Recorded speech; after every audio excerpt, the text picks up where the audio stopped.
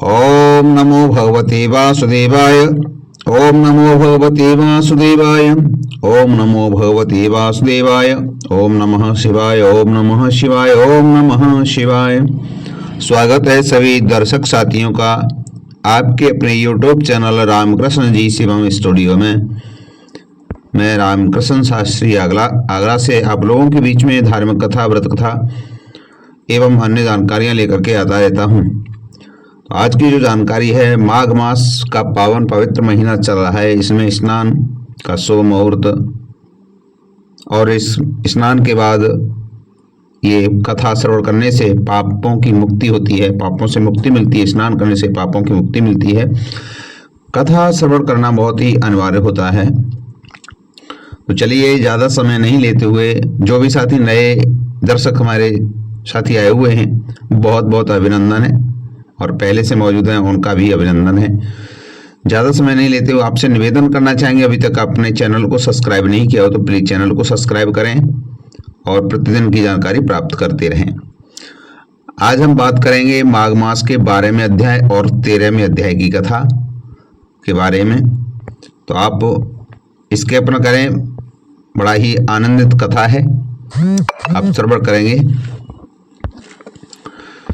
बात करते हैं, कल तक जो बताया कि शिवलिंग के आसपास तक के लोग भी होते हैं, उन्हें भी मुक्ति मिलती है उनके दर्शन करने से भी। तो यमदूत ने एक बात और बताई कि यमदूत कहने लगे कि जो प्रसंगवश एकादशी का व्रत करता है, यानी उसे कभी दुखों की प्राप्ति नहीं होती है। कोई एकादशी का भी व्रत करता है माघ मास में या कभी भी, तो एकादशी के व्रत करने वाले माघ मास में, माघ की 2 एकादशी हैं और मास की 2 जोड़ी ब्रह्मांड भगवान पद्म नाम के दिन हैं। जब तक मनुष्य इस दिन व्रत नहीं करता, उसके शरीर में पाप बना रहता है, पाप बन जाता है। हजारों अश्वमेध, सैकड़ों दिव्य यज्ञ 12वीं व्रत की 7वीं कला के बराबर भी नहीं है। एकादशी के दिन व्रत करने से 12 इंद्रियों के सारे पाप नष्ट हो जाते हैं। गंगा, काशी और कुरुक्षेत्र, यमुना, चंद्रभागा कोई भी ब्रह्मांड के बराबर नहीं है। इस दिन व्रत करने से मनुष्य को अनायास ही वैकुंठ लोक प्राप्त होता है। एकादशी को व्रत और रात्रि को माता पिता और स्त्री के कुल की 10-10 पीढ़ियों और वे पीताम्बरधारी आकाश भगवान के निकट रहते हैं। बाल, युवा, वृद्ध सभी और पापी भी व्रत करने से नरक से में नहीं जाते। यमदूत कहते हैं कि हे वैश्य, मैं सूक्ष्म में नरक से बचने का धर्म बताता हूँ। मन, कर्म, वचन से प्राणी मात्र का द्रोह न करना, इंद्रियों को वश में रखना, दान देना, भगवान की सेवा करना, नियम से वर्णाश्रम धर्म का पालन करना, कर्मों के करने से मनुष्य नरक से बचा जा सकता है। स्वर्ग प्राप्त करने की इच्छा से मनुष्य गरीब भी हो तो भी जूता, छतरी, अन्न, धन, जल कुछ न कुछ दान देता रहना है। दान देने वाले मनुष्य को कभी रतालू की याद नहीं आती और दीर्घायु धनवान होता है। बहुत देखने पर पता चलता है कि अधर्म से ही मनुष्य की बुरी गति प्राप्त होती है और मनुष्य को मानव धर्म के अभ्यास से ही स्वर्ग प्राप्त करना चाहिए। अब बात करते हैं 13वें अध्याय की। माघ मास का जो 13वां अध्याय, 12वां अध्याय संपूर्ण, यहाँ से 13वें अध्याय की कथा प्रारंभ होती है। तो ये विकुंडल ने कहा कि मेरे वचनों से मेरा हृदय अति प्रसन्न है, क्योंकि सज्जनों के वचन हमेशा गंगाजल से सदृश पापों का नाश करने वाले होते हैं। उपकार करना और मीठा बोलना सज्जनों का स्वभाव ही होता है, जैसे अमृत मंडल चंद्रमा को भी ठंडा कर देता है। अब कृपया हमें भी बताइए कि किस तरह से मेरे भाई का नरक से क्या हो सकता है।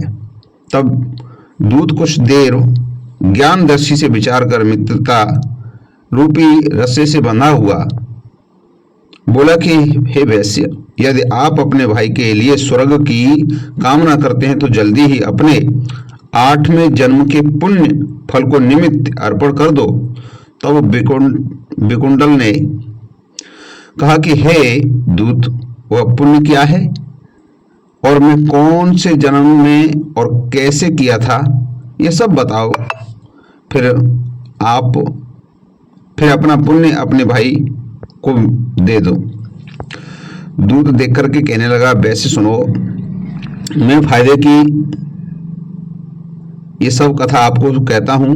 पूर्व जन्म में मधुवन में साल्की नाम का एक ऋषि था। वह बड़ा ही तपेश्वरी, ब्रह्मा के समान तेज वाला था। नवग्रह की तरह उसकी स्त्री रेवती के 9 पुत्र हुए थे, जिनके नाम ध्रुव, शशि, बुध, तार, ज्योतिमान थे। इन 5 के गृहस्थाश्रम को धारण किया और निर्मोह, जीतमय और ध्यान निष्ठा और गुणा तब से ये चारों संन्यास ग्रहण कर वन में रहने लगे। ये शिखा सूत्र के अनुपयोगी पत्थर और सोने के समान तत्व थे। जो कोई भी अच्छा या बुरा अन्न देता वह ले लेते, और कोई भी कैसा भी कपड़ा देता सदैव ब्रह्म का ही ध्यान रहता था। इन चारों ने व्रत, शीत और निद्रा आहार के समूह अपने में बस कर लिया था। बस चर अचर को विष्णु रूप में स्थापित कर मौन धारण करके दुनिया में विचरते थे। ये चारों घर पे आए। जब तुम्हारे मध्याह्न का समय आपके घर पे आए तो मध्याह्न के समय मांग से प्यास से इनका गला सूख रहा था। आंखों से आंसू तैरते हुए नमस्कार करके बड़े आदर के साथ सत्कार किया। तीसरे चरण में धोकर अपने प्रेम से तुमने कहते हुए आज मेरे अहोभाग्य हैं, ऐसा कहा था आपने। आज मेरा जन्म सफल हुआ, मुझ पर भगवान प्रसन्न हुए, मैं सनाथ हुआ। मेरे माता पिता, पत्नी, पुत्र, गौ आदि सभी धन्य जिन्होंने आज मैंने हरि के सदर से आपके दर्शन किए। हे वैश्य, इस प्रकार बताए गए श्राद्ध से उनकी पूजा की जाती और चरण धोकर के जल को मस्तक में लगाया जाता। फिर विधि से उनका पूजन करके इस सन्यासियों को भोजन की व्यवस्था की। इन सन्यासियों ने भोजन करके रात को विश्राम किया और ब्रह्म का ध्यान करने लगे। इन सन्यासियों के सत्कार से जो तुम्हें मिला तो मैं भी देखने में असमर्थ हूँ, क्योंकि सभी भूतों में श्रेष्ठता है।